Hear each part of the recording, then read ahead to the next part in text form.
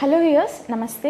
This is Dr. Kavya, fertility expert, 49 Hospital, Vizag branch. Madam భార్యాభర్తలు కలిసిన తర్వాత వీరికణం అనేది బయటకు వచ్చేస్తుంది, అందుకనే ప్రెగ్నెన్సీ రావట్లేదేమో అని అందరూ క్వశ్చన్స్ అడుగుతారు. ఎడ్యుకేటెడ్ అన్ఎడ్యుకేటెడ్ అందరూ అడుగుతారు. అసలు భార్యాభర్తలు కలిసిన తర్వాత ఏం జరుగుతుంది, వీరికణం అనేది బయటకు వస్తే ఏం జరుగుతుంది, దీని గురించి మనం ఈ వీడియోలో తెలుసుకుందాం.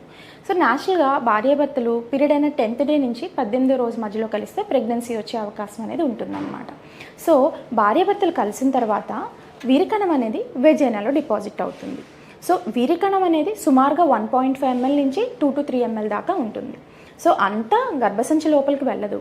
ఏదైతే వీరికణానికి శక్తి ఉంటుందో అది మాత్రమే గర్భసంచి లోపలికి ప్రవేశిస్తుంది. ఓకే, మనం దీన్ని సర్విక్స్ అంటాం. ఈ సర్విక్స్ అనేది గర్భసంచి ద్వారానికి మౌత్ లాంటిది. సో వీరికణం డిపాజిట్ కాగానే ఏదైతే స్పర్మ్ అబ్సల్యూట్గా మొటిలిటీ అనేది ఉంటుందో, బాగా కదలిక ఏదైతే ఉంటుందో అది బాగా గర్భసంచి లోపలికి వెళ్ళిపోతుంది అనమాట.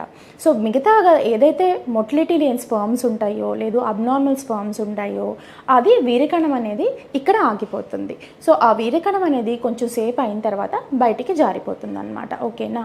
సో ఏ స్పర్మ్ అయితే చేరాలో అది గర్భసంచి లోపలికి బాగానే చేరి ప్రెగ్నెన్సీ అనేది ఫార్మ్ అవడానికి అవకాశం అనేది ఉంటుందన్నమాట.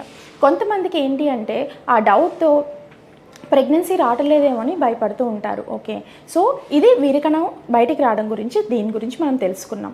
సెకండ్ ఏంటి అంటే వాళ్ళు అడిగే క్వశ్చన్, మేడం రోజు భార్యాభర్తలు కలిస్తే ప్రెగ్నెన్సీ వస్తుందా, లేదు ఆల్టర్నేట్ డేస్ కలవాలా? కొంతమంది అయితే ఈవెన్ పీరియడ్ టైంలో భార్యాభర్తలు కలిస్తే ప్రెగ్నెన్సీలో వస్తుంది అని అపోహలో ఉంటారనమాట.